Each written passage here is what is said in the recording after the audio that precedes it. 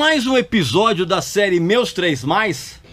Eu vou falar agora dos meus 3 discos preferidos na discografia do Queen.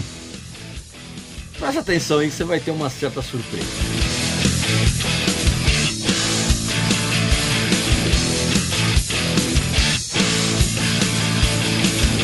Meu amigo e minha amiga, vamos interromper um pouquinho esse papo, sabe por quê? Porque eu tenho uma dica de um livro espetacular para você. É o livro do Slash.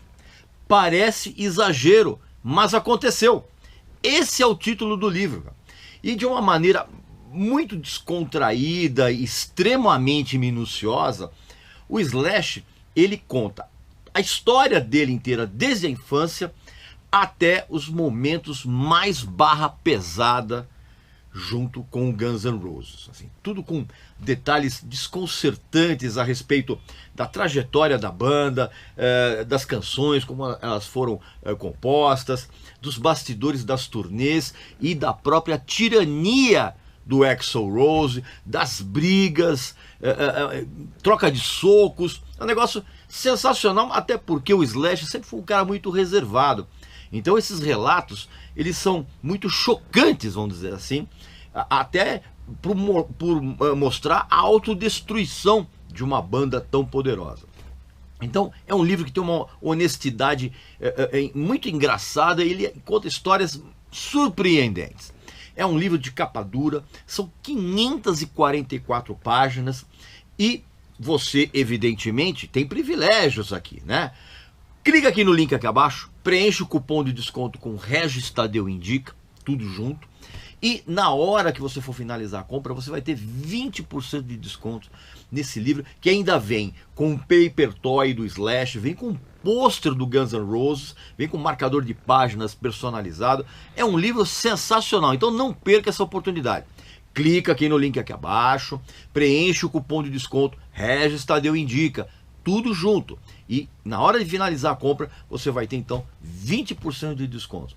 É um livro essencial para a sua biblioteca e para você entender como funciona os meandros, os bastidores do show business, principalmente de uma banda gigante como Guns N' Roses. Não perca essa oportunidade, tá legal? Vamos continuar com o nosso papo. Meu amigo e minha amiga, estamos aqui para mais um episódio da série Meus 3 Mais. E evidentemente que uma hora eu ia ter que falar a respeito dos meus 3 discos preferidos do Queen. Claro, né? Vai ter uma certa surpresinha, mas vamos lá. Antes, você evidentemente não esqueça de fazer a sua inscrição aqui no canal, que você sabe muito bem como faz. Visitar a nossa novíssima loja, que tem uns produtos muito bacanas, como essa camiseta aqui, ó. Grande clássico do rock and roll. E talvez a grande surpresa desse vídeo é porque eu vou colocar os meus 3 preferidos exatamente na ordem de preferência. E o primeiro deles, o meu disco favorito do Queen, é o Queen 2. Né? Essa ediçãozinha maravilhosa, ó. É uma edição japonesa, imitando o vinil. Deixa eu mostrar aqui para vocês. Olha que sensacional. Vem até com o plastiquinho, ó, como se fosse um vinil, mas na verdade é um CD. E é curioso porque esse disco, ele saiu numa época aqui no Brasil em que os discos internacionais eles eram lançados aqui com muito atraso em relação ao lançamento no exterior, né? Então, na minha memória, foi a primeira vez que eu vi um disco do Queen aqui no Brasil, tá? Foi esse aqui, que eu vi numa loja, né? Eu acho que foi em 1975, se não me falha a memória. Quando eu vi esse disco aqui pela primeira vez... tem um detalhe. O disco de estreia do Queen, que é esse aqui, ó. Deixa eu até tirar do plastiquinho aqui para mostrar. Por que eu falei que foi a primeira vez que eu vi aqui no Brasil? Porque esse disco aqui do Queen, que é o primeiro, saiu aqui no Brasil muitos anos depois do seu lançamento. Tá? Então, foi a primeira vez que eu ouvi e vi numa loja um disco do Queen, foi o Queen 2. E quando eu ouvi esse disco pela primeira vez, cara, eu fiquei absolutamente de queixo caído. Porque ninguém estava fazendo esse tipo de som na época, cara. Era um disco. Era não, né? É um disco. Eu vou falar no passado para tentar rememorar um pouco as minhas sensações. Assim, quando eu ouvi, era um disco muito pesado, mas não era agressivo. Tinha, né, tinha uns lances operísticos, né? Isso é uma coisa que derreteu a minha cabeça na época. E duas das minhas músicas preferidas do Queen em todo o repertório, em toda a discografia, estão aqui nesse álbum. Que é Ogre Battle, que inclusive é a primeira do lado B, mas eu acabei ouvindo pelo lado errado, porque esse disco aqui ele não tem lado A e lado B. Ele tem um lado, o side black e o side white. Ou seja, o lado preto e o lado branco. E eu comecei a ouvir esse disco pelo lado preto, que abre com Ogre Battle, que é uma música absolutamente espetacular. E a outra das minhas favoritas na discografia do Queen, que tá nesse disco, é Father to Son. E esse disco aqui tem uma curiosidade, porque só muitos anos depois, quando o primeiro álbum foi lançado, é que a gente descobriu que uma das canções aqui desse disco, que é Seven Seas of Rhye, já tinha sido lançado como uma versão instrumental no disco de estreia, né? Mas isso a gente sacou só muito tempo depois. E as texturas sonoras desse disco aqui, elas são riquíssimas, cara. Elas são pomposas e são esquisitas, assim, tudo ao mesmo tempo. E o que tornava a tarefa de ouvir esse disco uma experiência que levava um certo tempo para você entender, era justamente essa mistura toda, né? Para você decifrar esse disco aqui demorava um certo tempo. Tem alguns momentos aqui desse disco que parece rock progressivo, mas assim, isso é meio um truque para foi um truque para capturar a atenção das pessoas na época, né? E as harmonias vocais desse disco são absolutamente sublimes, né? A produção é fantástica, né?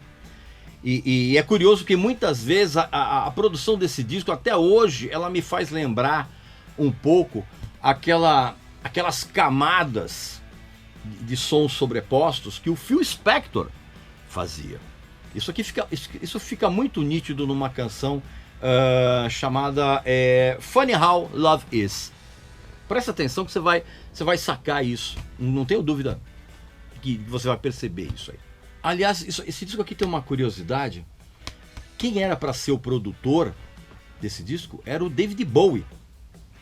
Pois é, só que na época ele estava envolvido com a gravação do Pin-Ups, né, que é um disco também muito bom, e ele acabou recusando. Né? Incrível isso. Né? Tem também algumas curiosidades desse disco aqui, por exemplo. Tem uma canção aqui que é maravilhosa, chamada White Queen, que na verdade ela é muito antiga. Ela é uma canção, se eu não me engano, de 1968, 69. E só entrou aqui nesse disco, que é de 1974. Tem também a primeira vez que o Brian May assume os vocais principais numa canção, que é também numa música lindíssima, chamada Someday, One Day. E tem uma outra curiosidade. Uma das melhores canções desse disco, que o título dela foi baseado num quadro. Exatamente, num quadro de um pintor chamado Richard Dadd.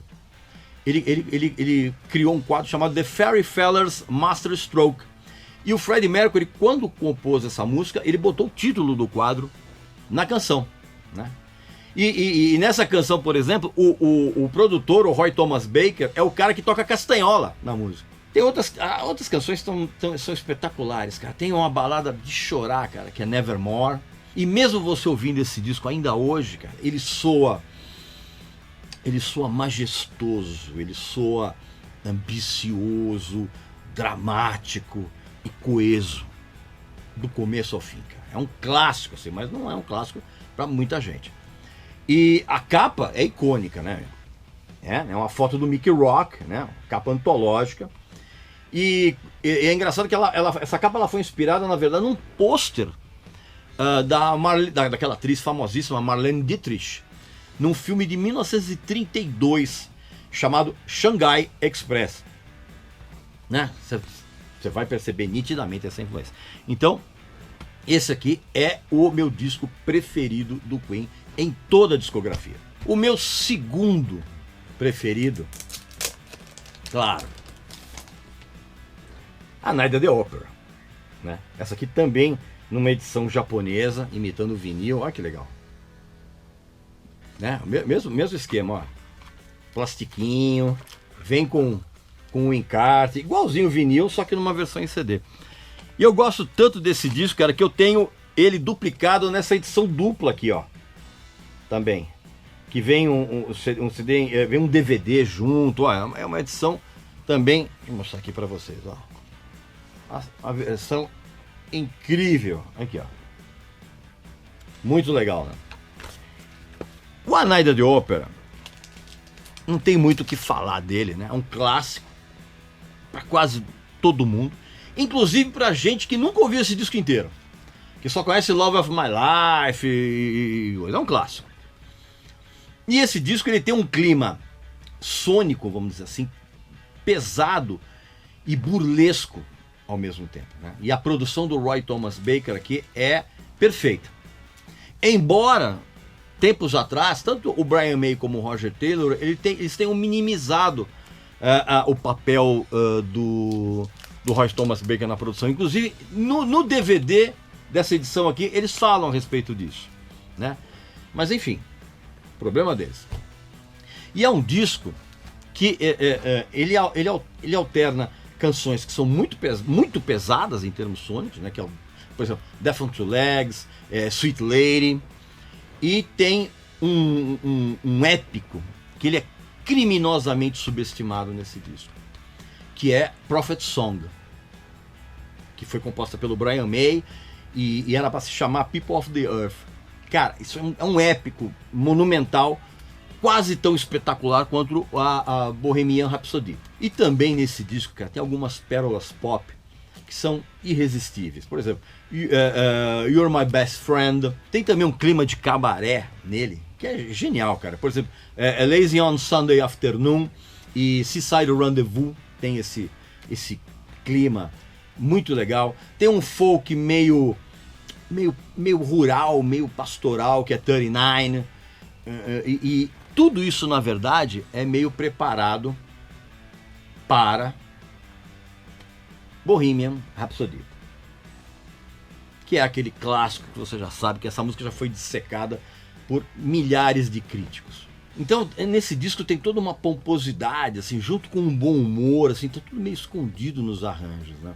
Você sabe, por exemplo, que Death on Two Legs, essa música, ela fala do verdadeiro ódio que o Freddie Mercury tinha pelo primeiro empresário do Queen, que era o Norman Sheffield, que foi acusado de roubar a banda, Caixa 2, não sei o que, uma coisa toda. E, curiosamente, eu acho que inclusive eu falei a respeito disso num vídeo do Queen que eu fiz, cara. As partes de guitarra, por exemplo, da Bohemian Rhapsody, assim como aconteceu em Death on Two Legs, as partes de guitarra foram criadas pelo Freddie Mercury no piano. Esses riffs todos, ele fez no piano e fez o Brian May tocar na guitarra exatamente como ele tinha composto, cara. Um negócio muito legal. Já que eu falei em Lazy on a Sunday Afternoon, essa música, por exemplo, todos os vocais são do Freddie Mercury. Enquanto que numa outra canção também, muito legal, chamada Good Company, todos os vocais são do Brian May, com aquela vibe meio Dixieland, né? E o Freddie Mercury não participou dessa música em nenhum momento. Enfim, esse então é o meu segundo preferido. E o meu terceiro e último preferido, também com uma ediçãozinha japonesa maravilhosa, é o disco seguinte, o A Day of the Races. Tá. Aqui, ó, também uma edição imitando o LP, ó. Coisa. Cara, japoneses, aqui, ó.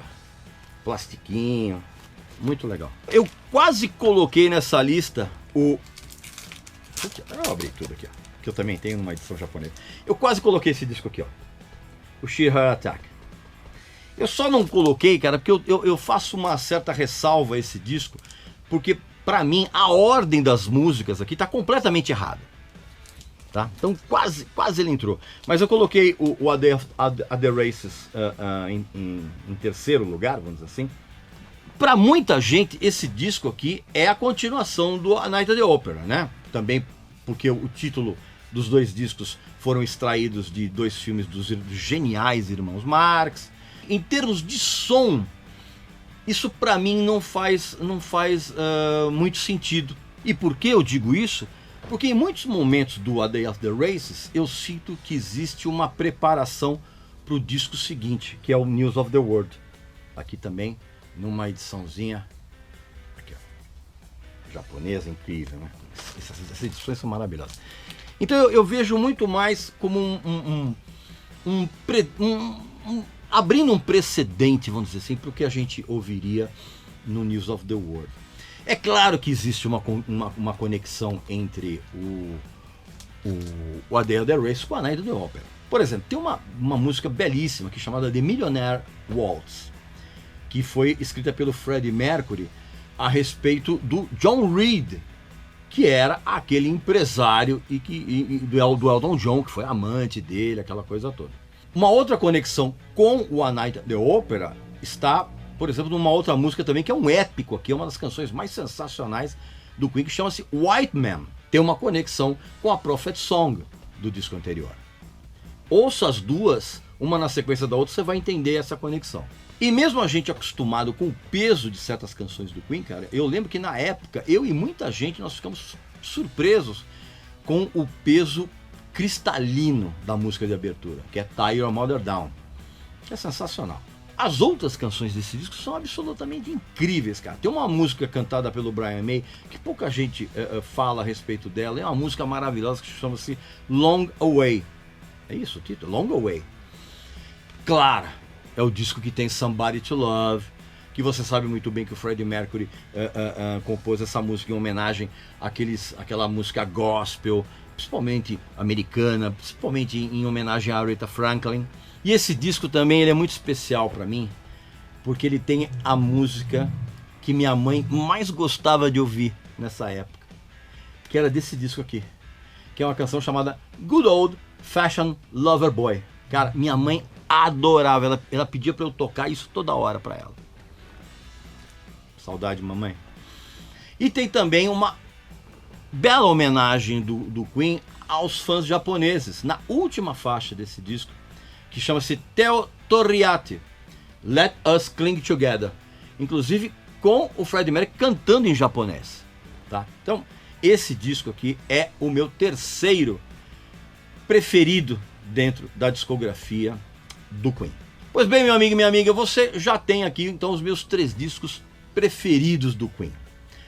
Escreva aqui embaixo nos comentários quais são os teus 3 preferidos e por quê, tá bom? E também não esqueça de assinar o nosso canal, você já sabe muito bem como faz, visitar a nossa novíssima loja, que tem produtos maravilhosos, como essa camiseta aqui com um grande clássico do rock and roll, e eu volto muito em breve com mais um capítulo dessa série. E eu não esqueci que eu tenho que começar a série Meus 3 Menos. Eu não esqueci, logo eu vou preparar aqui para vocês, fica tranquilo, tá bom? Então um abraço, saúde para você, para sua família e para seus amigos. Até a próxima!